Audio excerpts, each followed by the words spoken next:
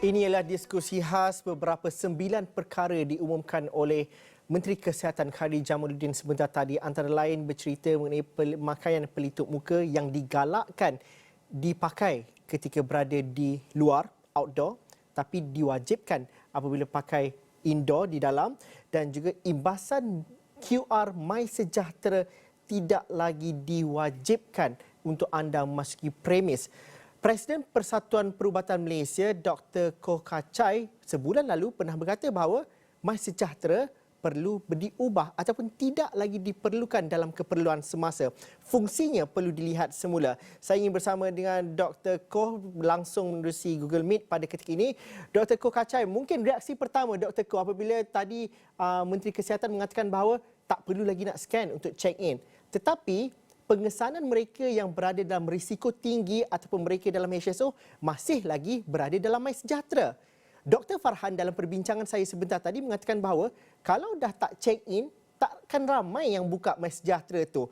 Bagaimana kita nak mengenal pasti dan juga memastikan fungsi MySejahtera itu masih lagi relevan dan menjadi rujukan kepada semua pihak dalam pengawalan COVID-19? Selamat petang. Tadi bila YBMK atau KJ yang kami panggil KJ, bila dia buat pengumuman tentang pengimbasan kod QR MySejahtera, memang kami amat gembira sebab kami sudah beritahu beberapa minggu yang lalu bahawa tak perlu dah kami nak buat pengimbasan semasa kita nak masuk ke premis. Dan kami tercadang bahawa MySejahtera boleh diguna untuk cara we can find a better use for MySejahtera. So we were very happy when he mentioned that we do not need to scan anymore when we go into premises. Dan untuk contact tracing, kami tahu bahawa kes-kes COVID-19 sekarang ni memang amat banyak, dan kalau kita nak guna MySejahtera untuk contact tracing, memang sukar nak buat contact tracing. Tapi apa yang perlu ada dalam MySejahtera? Apa penambahbaikan yang Dr. Koh rasakan perlu dilakukan supaya ianya sesuai dengan situasi semasa? Pada masa ni tak ada apa yang perlu diubah suai sebab kami masih dalam pandemik. Tapi apa yang telah dijelaskan oleh Menteri tadi, yang MySejahtera ini akan digunakan untuk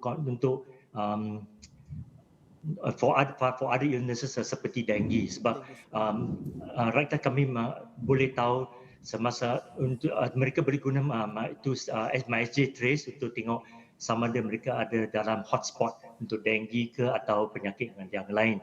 Tapi untuk COVID-19 ni pada masa ini, kalau MySejahtera boleh dikekalkan untuk untuk MySG Trace untuk tengok sama ada kami dalam sekitaran yang ada hotspot, saya rasa this can still be maintained in the app. Doktor, untuk mereka yang dijangkiti COVID-19, didapati positif COVID-19, tempoh kuarantin itu 7 hari. Tetapi kelonggaran diberikan kepada mereka pada hari keempat sekiranya menjalankan ujian antigen RTK dan juga melaporkan kepada HSO, dilaporkan. Bagaimana kita melihat keselarasan itu? Bagaimana how do we make sure that ianya tidak ada kekeliruan dan juga dilakukan dengan penuh berhemah? Ada unsur kebertanggungjawapan. Kalau siapa yang positif tu betul-betul make sure dah betul-betul positif baru keluar rumah dan sebagainya. Adakah itu satu cabaran untuk kita pada hari ini?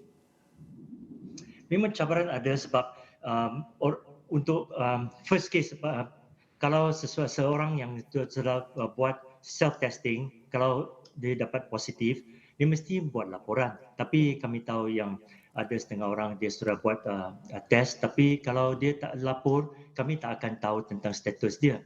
So sesiapa yang sudah buat laporan, Menteri sudah beritahu yang mereka mesti buat test pada hari keempat, dan test yang hari keempat tu mesti dibuat di bawah under supervision of a medical professional. So mereka boleh buat kat klinik atau mereka boleh buat secara online sekarang. So tapi semua tu mesti di bawah supervision seseorang doktor yang yang telah register lah di bawah MMC atau Malaysian Medical Council. Dr. Koh, bagaimana kita melihat bahawa tidak ada krisis di hospital selepas ini? Apabila kelonggaran-kelonggaran ini diberikan, adakah ini benar satu jaminan bahawa kita dapat menguruskan COVID-19 secara berkesan? Dan juga bagaimana ini satu jaminan supaya tidak ada satu krisis ataupun mungkin secara jujurnya mungkin ada masih lagi trauma apa yang berlaku ketika varian Delta berlaku satu ketika dahulu dan ancaman varian baru itu sentiasa ada. Apa jaminan supaya sistem kesihatan kita berfungsi secara sepenuhnya dan dapat ianya berjalan dengan baik dan kelonggaran ini tidak memberikan risiko kepada apa yang pernah berlaku sebelum ini? Memang saya rasa tiada siapa yang boleh bagi jaminan, tetapi rakyat mesti tahu from the 1st of May itu tak bererti yang kami boleh buang ke pelitup muka, boleh tak nak jarak dan semasa kami masuk ke premis, kita masuk saja dan buat apa yang kami suka. Saya rasa semua orang mesti faham bahawa pandemik atau COVID-19 is still among us. So we still have to maintain our SOPs in the sense that we still have to wear our mask, pelitup muka semasa masuk ke dalam premis dan semasa kami dalam masa raya ini, bila when we visit our relatives, kami tahu yang ada orang tua kat rumah, especially when you go back to your hometown, just make sure that when you go back to hometown, you are healthy, you do not show any symptoms. Kalau ada symptom, mesti buat self-test dulu sebelum balik. So when we adopt all such practices, I think at least it helps us to reduce the risk of another wave happening. Sebab kalau sudah dibagi kelonggaran dan you throw everything away, saya rasa risiko untuk satu wave lagi memang akan amat tinggi. Dan bagaimana kita nak mengatakan bahawa vaksinasilah yang menyebabkan bahawa kelonggaran ini diberikan? Tapi masih lagi ada peratusan masyarakat yang tidak mengambil dos penggalak dan masih lagi ada yang ragu-ragu untuk memberikan vaksinasi kepada anak-anak mereka. Pesanan doktor apa dia? Kami tahu yang when it comes to small children, memang peratus yang telah divaksinasi rendah dan kami harap yang peratus ini akan bertambah sebab we have been given a time of I think 15 of May.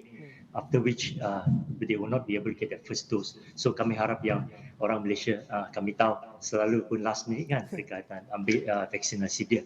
Dan coming back to the reason for kelonggaran yang dibagi sekarang, kami telah divaksinasi, but vaccination is not a guarantee that we will be safe from COVID-19.